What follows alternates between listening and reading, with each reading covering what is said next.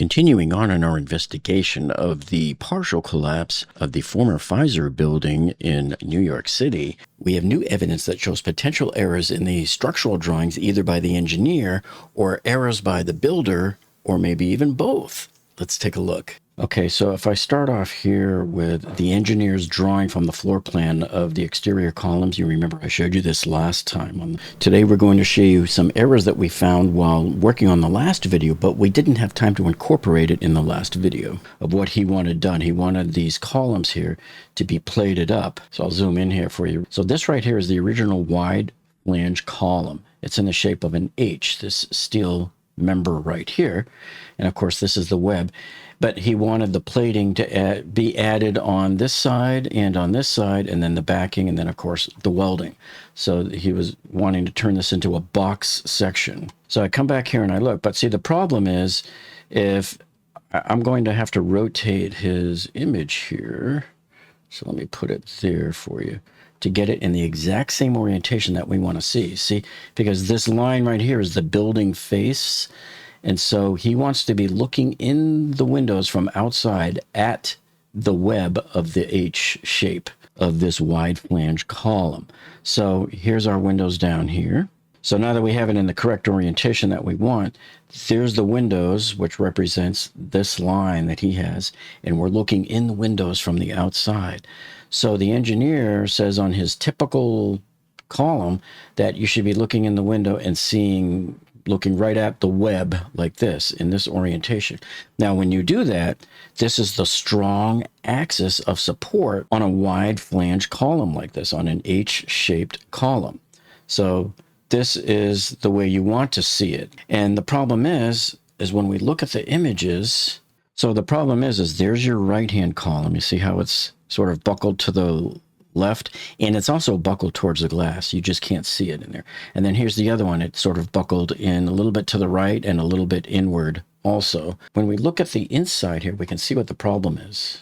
Here is the one wide flange column right here. Now they have probably, this is fire retardant on there, but you can see you're looking straight at the web this direction. The window's over here to the left. So this thing is rotated 90 degrees. See, completely, totally 90 degrees from the way it's shown in the floor plan. You see that? The web is facing sideways. It's not facing to the left towards the windows. So in the photographs, how we can see they're different from what the engineer's drawing is, there's something wrong here, because the column is not sitting like this. It is rotated 90 degrees, and it's this way. And so you have your weak axis on a wide flange column is going to be in this direction here.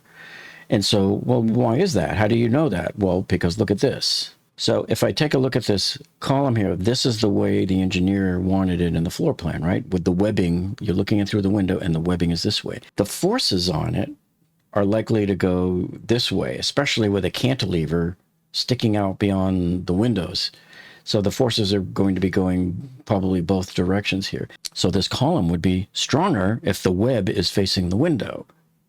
Why? Because if you try to rotate and bend and twist this way, you have this thick distance of metal, this steel here, that is blocking your way. However, if you're rotated in this direction here, like I said, you have the weak axis, and now instead of the web facing the window, the side flange is facing the window. The smooth part of the side flange is facing the window. So now you have this instead. Let me see if I can rotate this guy here. Yeah, so now you have kind of like more or less like this, and your forces are going to easily bend now. Why? Because you have an open box design here. You see that? You see those two plates right there? They're open box, and these are going to bend and twist. And really, this center rib is the only thing holding it together, but it may not be enough to overcome the loads. And so this brings us to our next point here, is that this is why the engineer wanted the plating to put around the wide flange column. In fact, this is called jacketing. It's the typical term that they use for it. And so you see the yellowish orange plates right here, one on either side here, and then the back plates right here to weld into the corners there to make sure you have a nice box shape now. So now this completely changes the dynamic of what the engineer wanted. And now by having this box section on your column, you've essentially turned it into a box column from an H, or the what we call the wide flange column. And so now it has strength 360 degrees all the way around here, like this, as you can see. And so now, in my opinion, it doesn't matter whether you're rotated 90 degrees or not, because as long as you plated up and jacketed those steel columns, now you're protected all the way around 360 degrees, no matter what. So now when you compare the original column here to the way it was supposed to be, let's take a look. So as the column stands, we know that this direction here is the strong axis for this wide flange column, this steel column with the web facing this direction here towards the window. And then this is the weak axis. And actually, I need to move this over here because that's really not correct. The check actually belongs here. I was still working on this slide, actually, when I started filming this. But anyway, so here's before, here's your wide flange column, the H column. And then here it is afterwards, then zoomed in close-up look at the way the engineer wanted it done in the drawing.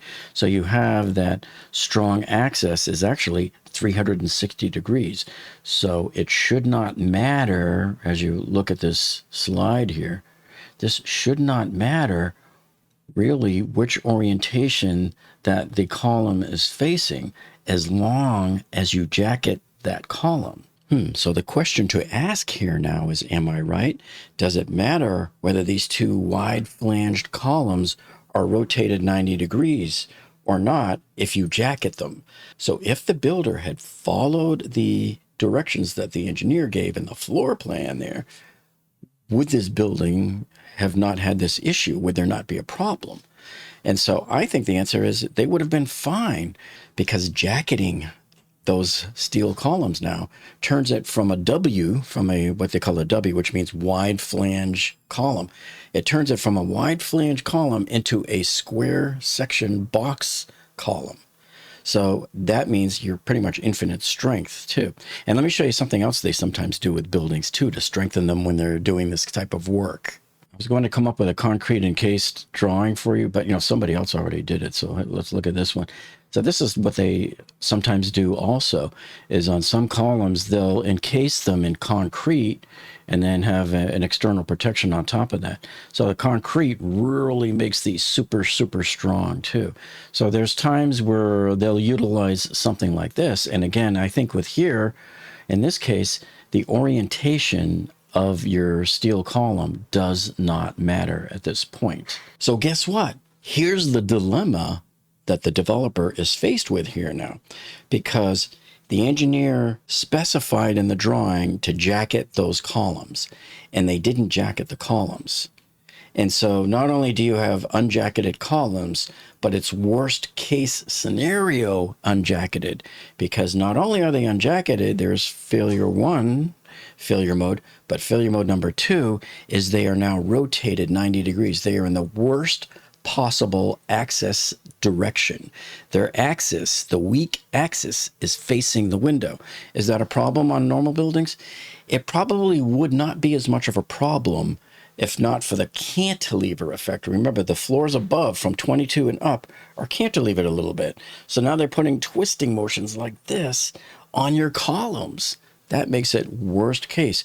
Of all the floors to leave the jackets out on, I think the 21st floor was probably the most important one to forget to put those jackets all the way around those columns there.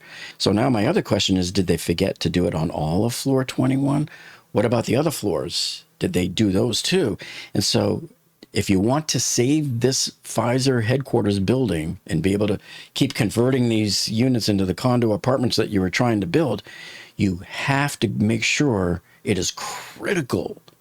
Knowing the orientation of these columns now, how they're facing the windows, it is critical for you to go and add those jackets and make sure they're there. And somebody needs to come and inspect every single one of these. Make sure it was done right. Make sure the welds were done right. And you know what? I would feel better with just plates going all the way down, not this 2-inch stuff every couple of inches. I'm not even, entirely sure until you actually see the schedule. The news media didn't include the schedule sheets. Those are the ones I like to see. And another thing that's come up too, folks, that you need to keep in mind is that a lot of times when you see like these simple drawings, like the floor plan drawing that I showed you, that column schedule, a lot of times that's just a drawing. That's not the real drawing, the actual mechanical drawing that they use to build everything with. So often in buildings, there's like an architectural plan set, and then there's the actual construction plans that map everything down to the inch, where what has to go where, how many rivets go here and there, and all of that stuff. And there's probably all sorts of bill of materials sheets, and the people that are scheduling this, the program managers, they have all of this down to a science. But somewhere along the line, somebody missed out. I mean, everybody keeps asking me, how did all of these inspectors, shouldn't the building department have had inspectors? People are saying, the engineering company should have had inspectors. And in reality, in most of these cases, the engineering company is hired to just make the drawings and then that's it. But if I was the engineering company, I would still insist upon having somebody come visit the site every few weeks or so and just make sure things are being done according to plan. Okay, so as we look at this, this is a reasonably good 3D picture that shows, floors 22 and above are sticking out like a cantilever. So let me put this arrow right over here for you. So this is sort of the direction you might expect the forces to be going in, inward towards the building. And so that's why I say it would be putting a lot of forces on this particular column here and this column, because they're the two columns that are closest on the perimeter. They're the ones where the weight is overhanging a few feet past them. See, so that's why here it looks like it's sort of buckled a little bit sideways, maybe a little bit towards the glass, but the other one shows it much more clearly, how it buckled towards the glass this way, and then a little bit towards the camera as well. So I guess when you have these cantilever forces, who knows which way it could buckle. It just, whenever the material breaks down and tears like it did right here, it could buckle in any direction. See, and here's a different view here that shows both of them. So this one sort of buckled a little bit sideways, slightly towards the windows. And you really can't tell the angle that well from this one, but it did buckle to the right, and it buckled towards the windows as well.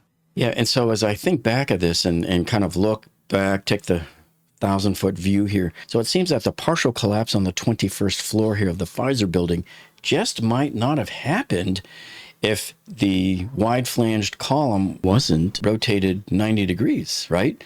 Because it's much stronger in the other axis, and that might have been enough to hold the load even though it wasn't jacketed like it should have been. But so that's why I think this is more or less the potential root cause for this. It's more or less the physical thing. The straw that broke the camel's back here was the fact that you had those girders put in 90 degrees. Now, that's not to say that it was done wrong by the original builder. Remember, this was a 21 story building, this part of it at the beginning. And so those girders and panels and whatever they put up in there, all of the steel columns, they were correct, probably when they were installed. But now when you come in and start to add something on top of it, now you're looking at, okay, what's the strongest angle here? The 21st floor previously only had to support a roof. Now you're asking it to support extra stories. And again, I want to repeat for you, for those of you that missed the last video, a lot of people keep asking, does it make sense to add all of these stories? How can they do that? It's stupid. You can't add all of these stories on a building that was built in blah, blah, blah.